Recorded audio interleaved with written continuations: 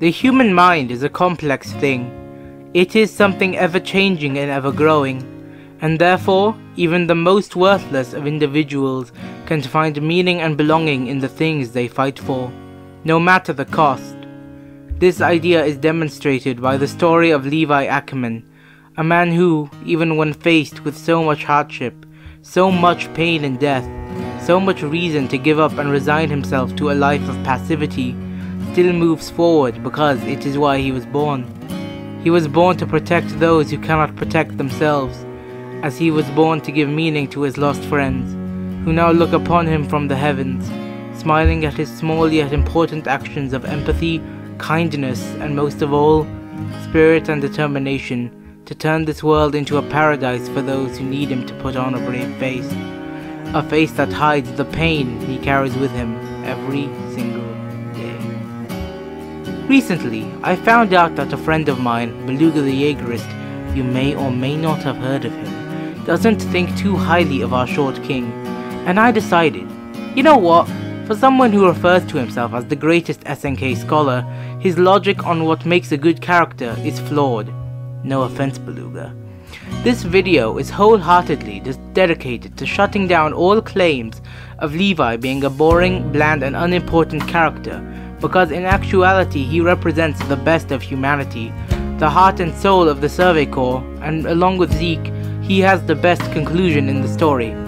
Simplifying him to a cool, powerful soldier who ruthlessly mows down titans is an insult to the hard work Isayama put in to perfect his craft and say so much with so little. Now, with that passive-aggressive intro aside, let's analyze one of the greatest anime and manga characters of all time.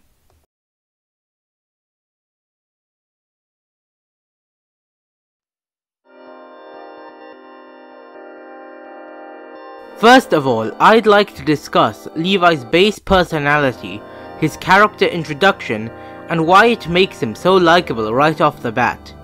From the beginning of the story, we have been following Eren's relentless quest to kill all the Titans, and throughout the first arc, we are shown how naive that goal is. His resolve is shaken, but it is also engorged due to the trauma he overcomes in Trust.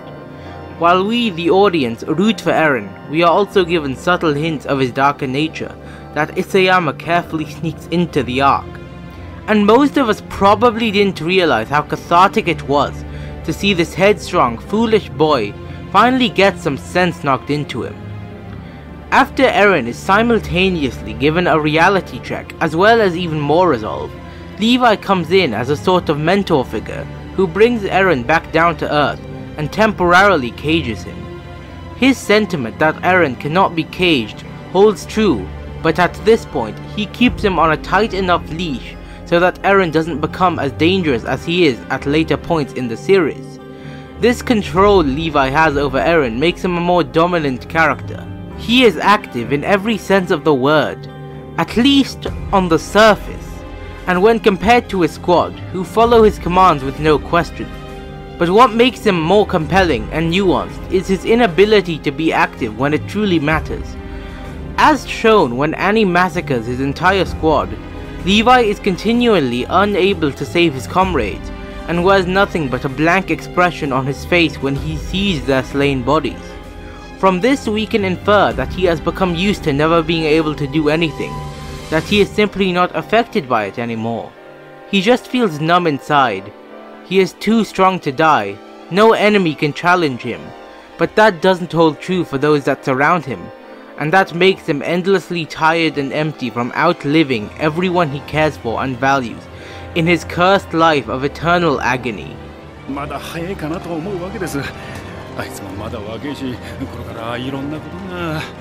Just as Eren is later on, Levi is helpless to do anything but stand and watch as people die around him. It's Levi's indecisiveness and inability to change things that make him so compelling. When he and his squad force the choice upon Eren to transform and face the female Titan or trust his comrades, Levi says that he doesn't know the answer himself. He openly admits to being a passive observer, a bystander, of other people making his choices for him, Erwin most notably. That is why his reaction to the outcome of the choice is so powerful, while Eren grapples with the consequences and cries from his inability to change things. Levi accepts it because he is so used to it. He trusted Eren, someone clearly unpredictable and immature, and it got his comrades killed.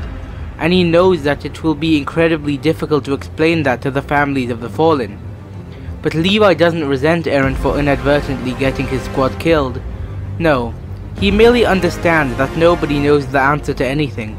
Those are the conditions humanity operates under. The only truth in this world is that there is no truth. And Levi understanding this shows how mature and wise he truly is.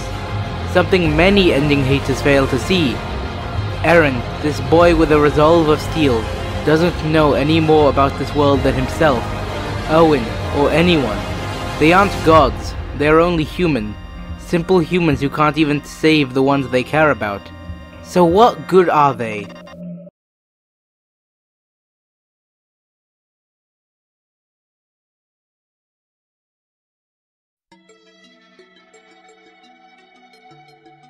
Levi accepts the absolute truth of humanity.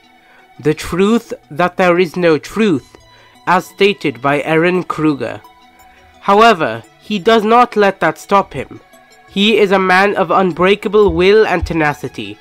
Contrary to what people say, Levi has the biggest heart of them all, proven by how he cares for his comrades in the aftermath of the female Titan arc, comforting them in their time of grief and mourning, by telling them that their friend didn't die in vain, because he lived and died as a scout, who gave his life for humanity. His sacrifice meant something, and that empathy, that kindness, gave that poor soldier comfort, something that Levi has never felt himself. Granted, this scene is anime original, and therefore should not be taken as seriously as stuff we actually see in the manga. But it is still a very touching and telling scene that says a lot about Levi's character, so I would not be surprised if Isayama requested the team at WIT to add it himself. Either way, it deserves to be mentioned in this video. Levi is not heartless. He is just a broken man who has been pushed around by the cruelty of the world, to the point that he is numb to do anything about it.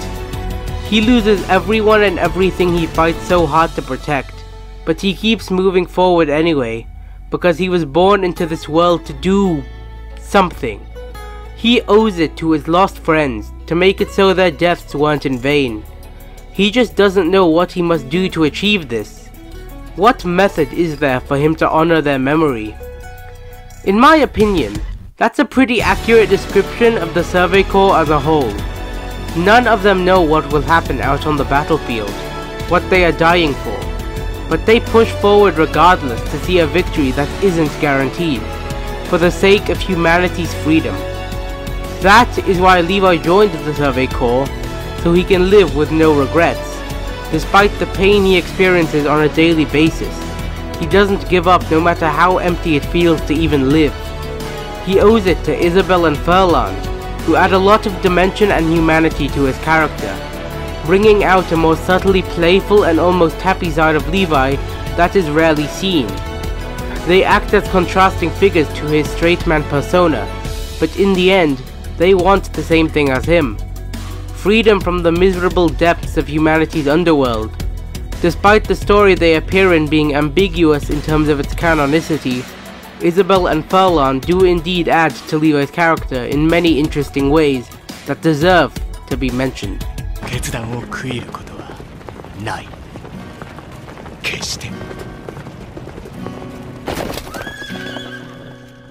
One really telling scene that I think not enough people appreciate is when Owen and Levi both learn that the Titans are in fact human beings.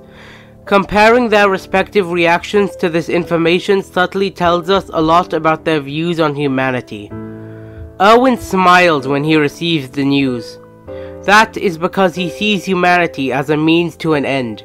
Of course, he cares for his comrades and feels guilty when they die under his command, but his dream of discovering the truth of humanity trumps that, and that makes it so he is smiling excitedly when he learns that the scouts have taken one step forward towards the truth he has been craving for so long. On the other hand, Levi is horrified by this information. He values life and his comrades because life and a proper childhood, friends, and everything else that comes with adolescence were things that he was deprived of in the grimy underworld of Paradis. He never had a chance to live in his formative years, and so he ensures that others may live their lives to the fullest. So the thought of him killing these people is sickening to him. This is just a small scene, but it is important to mention anyways.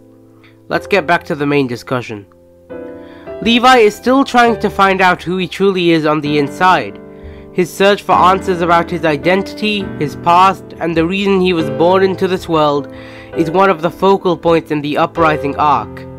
You guys, at least the people who follow me on Twitter, already know that I absolutely love Kenny and Uri, but Levi also is a standout of this arc. This is his arc, along with Historia's, of course.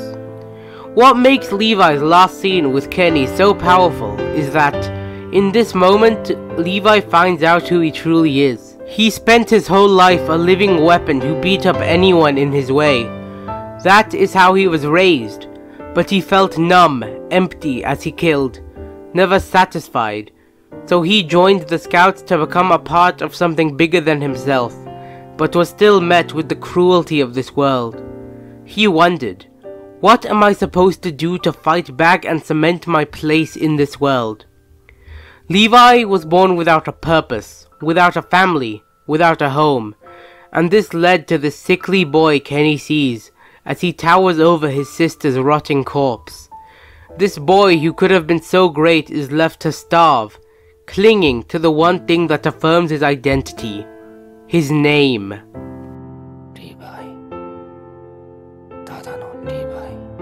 Kenny knows that he could never be a true father to Levi, because Kenny knows that he only knows violence, and that Levi doesn't need to become like him, an empty shell begging for help from this world that has treated him like trash. And so Kenny leaves him to his own devices, leaves him to find himself and cement himself as Levi Ackerman, not just the nephew of Kenny Ackerman.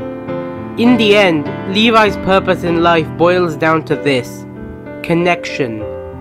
Connection to another human being is one of the purest and most beautiful forms of connection. It forms a lifelong bond between two or more individuals. Levi has felt that way before and found that connection with Isabel and Furlan, who brought out the human from within the calm, quiet fighter from the underground. This unbridled burst of emotion we see when he sees their remains proves how much they meant to him despite him not showing that in his behaviors. Levi afterwards vows to move forward with his life and find out who he truly is, form new connections, and in the end, become the man he always meant to be.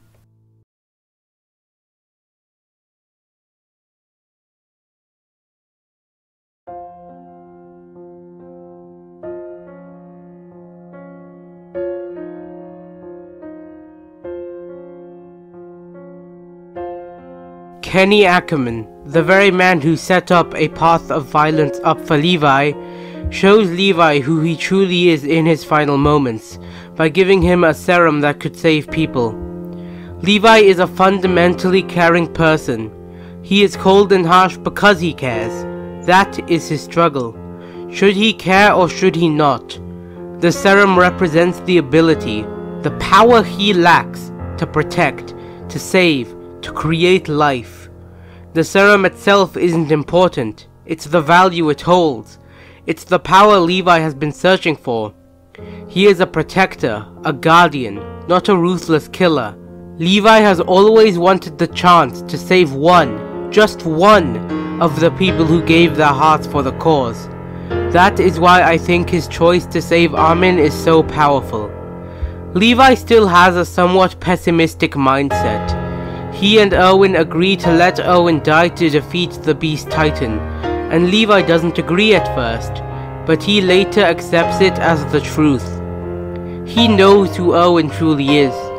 He accepts that Owen deserves to rest. Levi loves Owen as a friend and as a comrade, and therefore his main motivation for letting him die is to give him peace. But it isn't the only motivation. As I've said before, Owen is quite a selfish and morally dubious character, while Levi is one of the most kind-hearted. This dynamic shows the impossible connections that can be made if we just communicate. These two are lifelong friends even though they are opposites. So then, why does he pick Armin? Well, one of the reasons is that Armin can do what Owen cannot. Here, Levi finally makes a choice for himself, and while he still doesn't know if it's the right one, he has no regrets. Armin is a better person than Owen. He lives to protect and save lives. Levi knows that Armin is capable of being more than just a tool for revenge and hatred. Even Eren says it. He isn't a slave to anything. Levi thinks back to his words about the sea, the hope in his eyes, and makes what he thinks is the right choice with no regrets. He also thinks back to the words of his late Uncle Kenny, and how he described the endless need for something to keep pushing forward towards. Owen was drunk on his dream, and Levi saw to it that he could finally rest and escape this cruel world once and for all, and so chose to let Owen die in an act of mercy and love for his fallen friend. Levi, arigatou.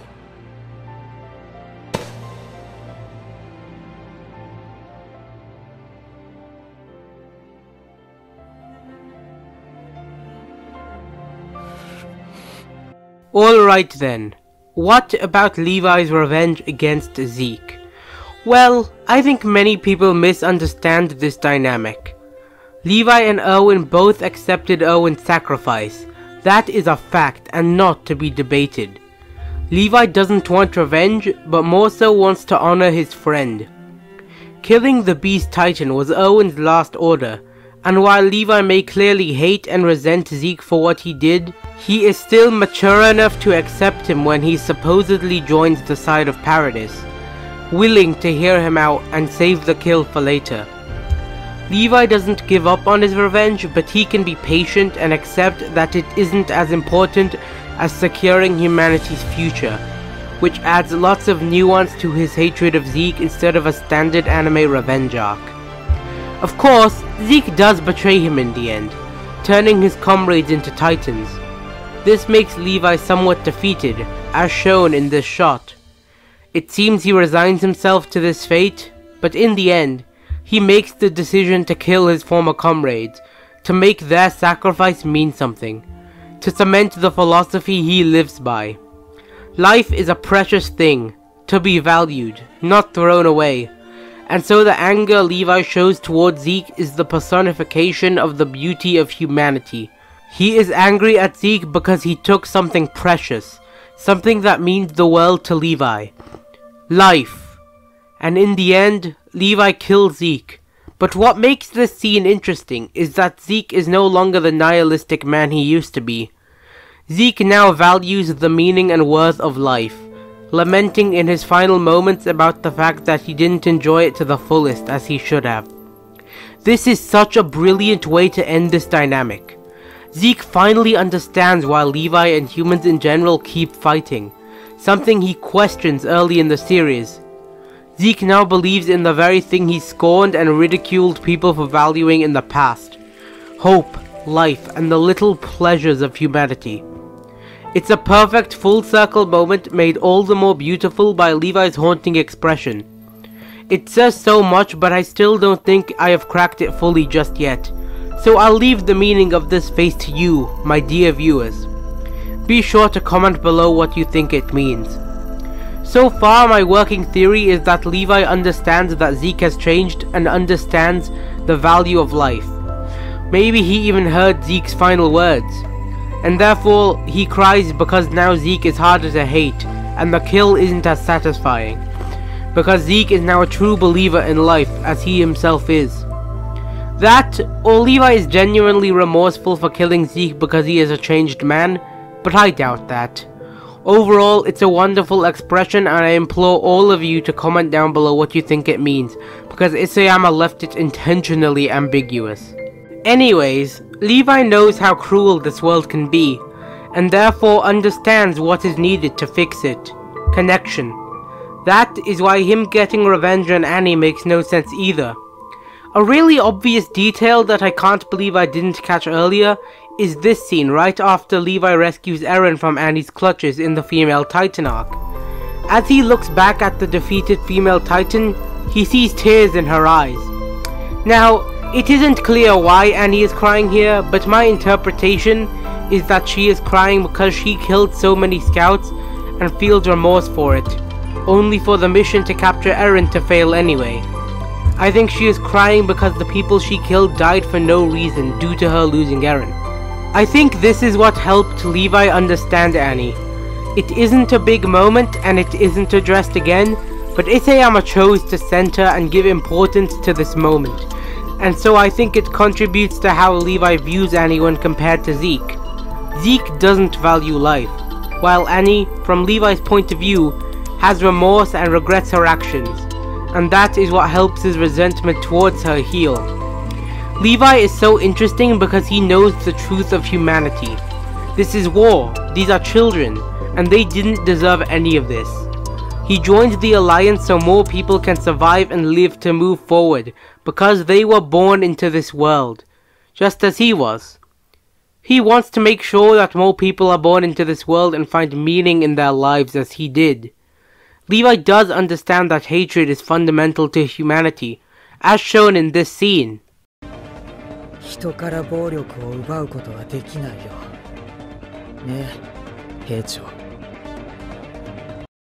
However, Levi still has hope, for hope is what makes his fallen friends' deaths meaningful, and what makes life worth living. Levi isn't a bland shonen hero. He is a man struggling with his own power, his own identity, and his own capacity for violence. That is why his conclusion is great. He rests easy knowing the world is in good hands. He is ready to just live, make more connections, and enjoy the rest of his life without the burden he has carried with him all this time. The story of Levi Ackerman is one of triumph, fighting against fate and finding meaning in a cruel world.